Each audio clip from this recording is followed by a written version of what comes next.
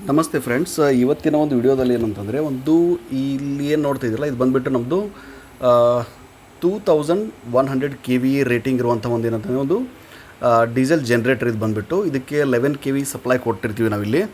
So ಇದರದ್ದು ಒಂದು calculation ಏನೇನು ಬರುತ್ತೆ, ನಾವು ಇದನ್ನು ಯಾವ ರೀತಿ ಒಂದು KVಯಲ್ಲಿ ಕೊಟ್ಟಿರ್ತಕ್ಕಂಥದ್ದನ್ನು ಕಿಲೋಮೀಟರ್ ಯಾವ ರೀತಿ ಕನ್ವರ್ಟ್ ಮಾಡಬೇಕು, ಇದು ಎಷ್ಟು ಮ್ಯಾಕ್ಸಿಮಮ್ ಆ್ಯಮ್ಸನ್ನು ತೆಗೆದುಕೊಳ್ಳುತ್ತೆ ಅಂತಕ್ಕಂಥ ಇಲ್ಲಿ ಒಂದು ಕ್ಯಾಲ್ಕುಲೇಷನ್ ಮುಖಾಂತರ ಏನಪ್ಪ ಅಂತಂದರೆ ನಾನು ಇಲ್ಲಿ ತಿಳಿಸ್ಕೊಡ್ತಾ ಇದ್ದೀನಿ ಇಲ್ಲಿ. ಸೊ ಇದು ಬಂದುಬಿಟ್ಟು ಪ್ರೈಮರಿಲಿ ಇದು ಬಂದುಬಿಟ್ಟು ಏನಂತಂದರೆ ಒಂದು 2100 KV ರೇಟಿಂಗ್ ಇರುವಂಥ ಒಂದು DG ಜನ್ರೇಟರು. ಆಮೇಲೆ ಇದಕ್ಕೇನೆಂದರೆ 11,000 ವೋಲ್ಟೇಜ್ ಸಪ್ಲೈನ ಕೊಡ್ತೀವಿ ಇಲ್ಲಿ. ಸೊ ಇದನ್ನು ನಾವು ಫಸ್ಟಲ್ಲಿ ಏನಂತಂದರೆ ನಾವು ಇದನ್ನು ಒಂದು ಮ್ಯಾಕ್ಸಿಮಮ್ ಲೋಡಿನ ಕಿಲೋವ್ಯಾಟ್ ಯಾವ ರೀತಿ ನಾವು ಕ್ಯಾಲ್ಕುಲೇಷನ್ ಮಾಡ್ತೀವಿ ಅಂತಂದರೆ, ಕೊಟ್ಟಿರ್ತಕ್ಕಂತಹ KVಯನ್ನು ಇಂಟು ಪವರ್ ಫ್ಯಾಕ್ಟರ್ ಮಾಡಿದಾಗ, ಅಂದರೆ KVA ಜೊತೆ ನಾವು ಪವರ್ ಫ್ಯಾಕ್ಟರನ್ನು ಮಲ್ಟಿಪ್ಲಿಕೇಶನ್ ಮಾಡಿದಾಗ ನಮಗೆ ಬರ್ತಕ್ಕಂಥದ್ದು ಏನಂತಂದರೆ ಒಂದು ಮ್ಯಾಕ್ಸಿಮಮ್ ಲೋಡಿನ ಕಿಲೋವ್ಯಾಟಲ್ಲಿ ಬರುತ್ತೆ. ಸೊ ಅದನ್ನು ಯಾವ ರೀತಿ ಮಾಡ್ತೀವಿ ಇಲ್ಲಿ 2100 ಇಂಟು 0.8 ಮಾಡಿದಾಗ ನಮಗೆ ಸಿಗ್ತಕ್ಕಂತಹ ಒಂದು ಎಷ್ಟು ಬರುತ್ತೆ, ನಮಗೆ 1680 ಕಿಲೋವ್ಯಾಟ್ ಅಂತ ಬರುತ್ತೆ.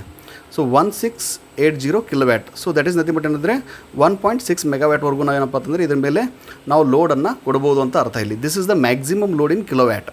ಬಟ್ ಏನಂತಂದರೆ ನಾವು ಡೀಸೆಲ್ ಜನ್ರೇಟರ್ ಮೇಲೆ ಯಾವಾಗಲೂ ಏನಾದರೂ ಒಂದು ಫುಲ್ ಲೋಡ್ ಹಾಕೋಕ್ಕೆ ಕೆಲವೊಂದು ಕಡೆ ಒಂದು ಅವಕಾಶ ಇಟ್ಟಿರೋದಿಲ್ಲ. ಸೊ ಏನಂದರೆ ಇದು ಆಲ್ರೆಡಿ ನಾವು ಕ್ರಮೇಣವಾಗಿ ಯೂಸ್ ಮಾಡ್ತಾ ಬಂದಿರೋದ್ರಿಂದ ಏನಂತಂದರೆ ಇಲ್ಲಿ ನಮಗೆ ಕ್ರಮೇಣವಾಗಿ ಅದರ ಒಂದು ಕೆಪಾಸಿಟಿ ಕಡಿಮೆ ಆಗ್ತಾ ಬಂದಿರುತ್ತೆ.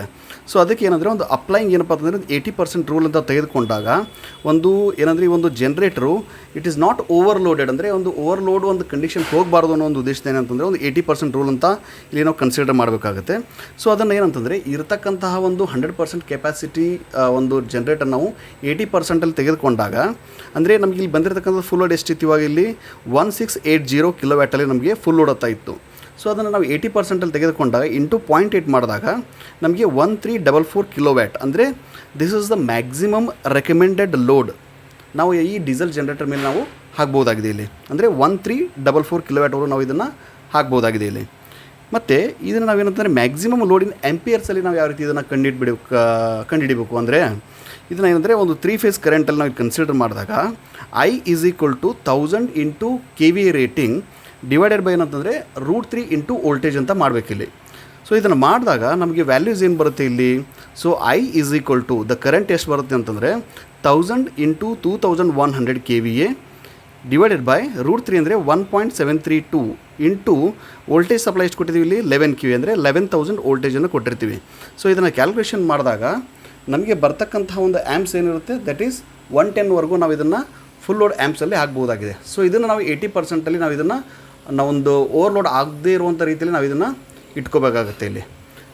ಸೊ ಗೊತ್ತಾಯ್ತಲ್ಲ ಫ್ರೆಂಡ್ಸ್, ಯಾವ ರೀತಿ ಏನಂತಂದರೆ ನಾವು ಇದನ್ನು ಕರೆಂಟ್ ಎಷ್ಟು ಬರುತ್ತೆ, ಮ್ಯಾಕ್ಸಿಮಮ್ ಲೋಡ್ ಎಷ್ಟು ತೆಗೆದುಕೊಳ್ಳುತ್ತೆ, ಆಮೇಲೆ ಇದನ್ನು ಕಿಲೋವ್ಯಾಟಲ್ಲಿ ಯಾವ ರೀತಿ ಕನ್ವರ್ಟ್ ಮಾಡಬೇಕು ಅಂತಕ್ಕಂಥ ನಾನು ಇಲ್ಲಿ ನಿಮಗೆ ತೋರಿಸ್ಕೊಟ್ಟಿದ್ದೀವಿ ಒಂದು ವಿಡಿಯೋದಲ್ಲಿ. ಮತ್ತು ಇದರ ಪೆನಲ್ ಏನಿರತಕ್ಕಂಥ ಪೆನಲಲ್ಲೂ ಕೂಡ ಏನಪ್ಪ ಅಂತಂದರೆ ಯಾವ ರೀತಿ ಕಾನ್ಸ್ಟೆಂಟಾಗಿ ವೋಲ್ಟೇಜ್ ಇರುತ್ತೆ, ಆಮೇಲೆ ಎಷ್ಟು ಲೋಡ್ ಹಾಕಿರ್ತೀವಿ, ಅದಾದಮೇಲೆ ಅದಕ್ಕೆ ಎಷ್ಟು ಆ್ಯಮ್ಸ್ ಬರುತ್ತೆ ಅಂತಕ್ಕಂಥ ನಾನು ಇಲ್ಲಿ ಅಂತಂದರೆ ಪೆನಲ್ ಮುಖಾಂತರ ನಿಮಗಿಲ್ಲಿ ತೋರಿಸ್ಕೊಡ್ತಾ ಇದ್ದೀನಿ.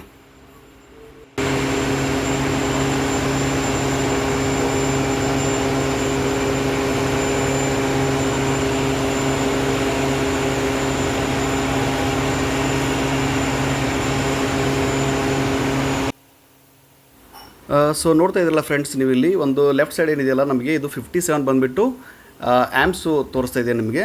ಮತ್ತು ಇಲ್ಲಿ 1.016 ಏನಿದೆಯಲ್ಲ ಇದು ಬಂದುಬಿಟ್ಟು ಏನಂದರೆ 1 ಮೆಗಾವಾಟ್ವರೆಗೂ ನಮಗೆ ಏನಂದರೆ ಇದನ್ನೊಂದು DG ಜನ್ರೇಟರ್ ಮೇಲೆ ನಾವು ಇವಾಗ ಲೋಡ್ ಹಾಕಿರೋದು. ಇದಾದಮೇಲೆ ಇಲ್ಲಿ ಬಂದುಬಿಟ್ಟು ಏನಂದರೆ ನಮ್ಮದು ಇದು ವೋಲ್ಟೇಜು ಅಂದರೆ ರೈಟ್ ಸೈಡಲ್ಲಿ ಏನು ತೋರಿಸ್ತಾ ಇದೆಯಲ್ಲ ಇದು ಬಂದುಬಿಟ್ಟು ನಮಗೆ 11 KV ಏನಂದರೆ ನಾವು ಕಾನ್ಸ್ಟೆಂಟಾಗಿ ಇದು ವೋಲ್ಟೇಜನ್ನು ಉಳಿಸ್ಕೊಂಡಿದೆ.